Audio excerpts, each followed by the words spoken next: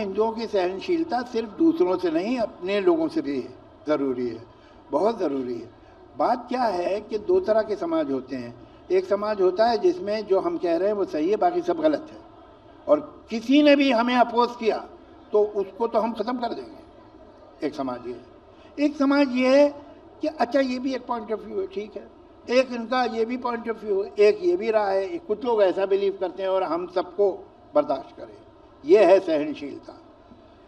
ये सहनशीलता इस देश में आपको मालूम है दुनिया का, आप टाइम वाइम की फिक्र ना कीजिए, मैं आराम से बैठा हूँ, दुनिया का वो टाइम अप लिखा हुआ है वहाँ, दुनिया का जो सबसे पहला एथीस्ट मूवमेंट है वो इंडिया से हुआ। 3,500 साल पहले एक मूवमेंट था जिसका नाम था चारवाक, और उसके एक लीडर थे बृहस्पति, और इन लोगों ने, जो और भी उनके साथ थे लोग, जो लिखा है वो पूरी किताबें तो अब नहीं मिल पाती हैं, लेकिन उन्हें अपोज करने के लिए जो किताबें थी उनमें उनके कोट मिल जाते हैं। 3,500 साल पहले बृहस्पति लिखते हैं कि यह बकवास है कि मरने के बाद कोई दुनिया है या कोई जिंदगी दोबारा है, कुछ नहीं है। कोई है आसमान में और कहीं ज़मीन में किसी जगह जो बैठा तुम्हारा मुकद्दर देख रहा है और बना रहा है और तुम्हारे फैसले कर रहा है, कोई नहीं है, कुछ भी नहीं है ऐसा। ये सब झूठ और बेकार बातें। 3,500 साल पहले हिंदुस्तान में पैदा हुआ था और उसको गोली नहीं मार दी गई थी पंसारे की तरह, वो जिंदा रहा, और उसको भी उनका ये भी एक्सेंट है, ये अपनी तरह का है। इस तहजीब ने, इस संस्कार ने, इस संस्कृति ने हिंदुस्तान को यहां तक लाया है।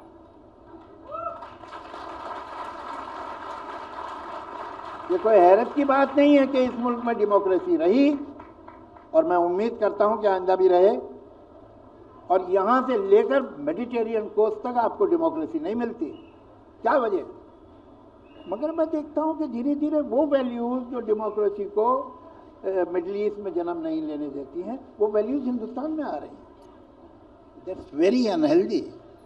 वो हमारे लिए नुकसानदेह है, खतरनाक है।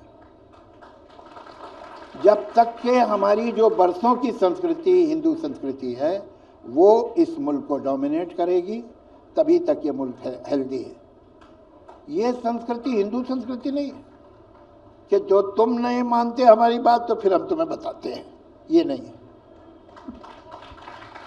जो 85% लोग हैं उन पे इस मुल्क का, उन्होंने इस मुल्क को डेमोक्रेटिक बनाया है। मैं तो नहीं दूंगा किसी और को क्रेडिट, माफ कीजिएगा।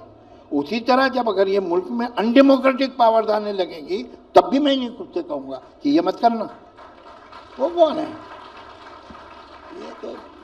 और कोई भी जो है, कोई भी जो कम्युनिटी है वो मोनोलिथिक नहीं होती कि सब एक जैसे है, ऐसा नहीं। आज भी जो है आम इंसान हिंदुस्तान का, वो किसी भी वर्ग का हो, वो टॉलरेंट, सेकुलर, डिसेंट आदमी है। लेकिन ये भी गड़बड़ है, इस तरह के लोग भी होते हैं जो किया। अब आपने जो कन्हैया लाल का कहा, क्या है वो? उसकी आप तारीफ कर सकते हैं क्या? उसका बोल सकते हैं अच्छा किया उन्होंने, जो काम किया, गर्दन काट दिएगा।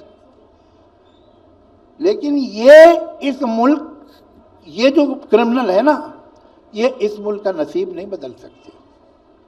इतनी ताकत नहीं है इनके पास। ये छोटा लॉ एंड ऑर्डर का प्रॉब्लम करते रहेंगे, लेकिन ये मुल्क का नसीब नहीं बदल सकते। मुल्क का नसीब दूसरे लोग हैं जो बदलेंगे। इतना याद रखिए आप। बजाय इसके कि आप हिसाब किताब करती रहे, आप ये देखिए कि इस तरह की टोटलिटेरियन जो एटीट्यूड्स हैं वो हमारे यहाँ नहीं आने चाहिए। हम ऐसे लोग नहीं हैं, हम दूसरी तरह के लोग हैं।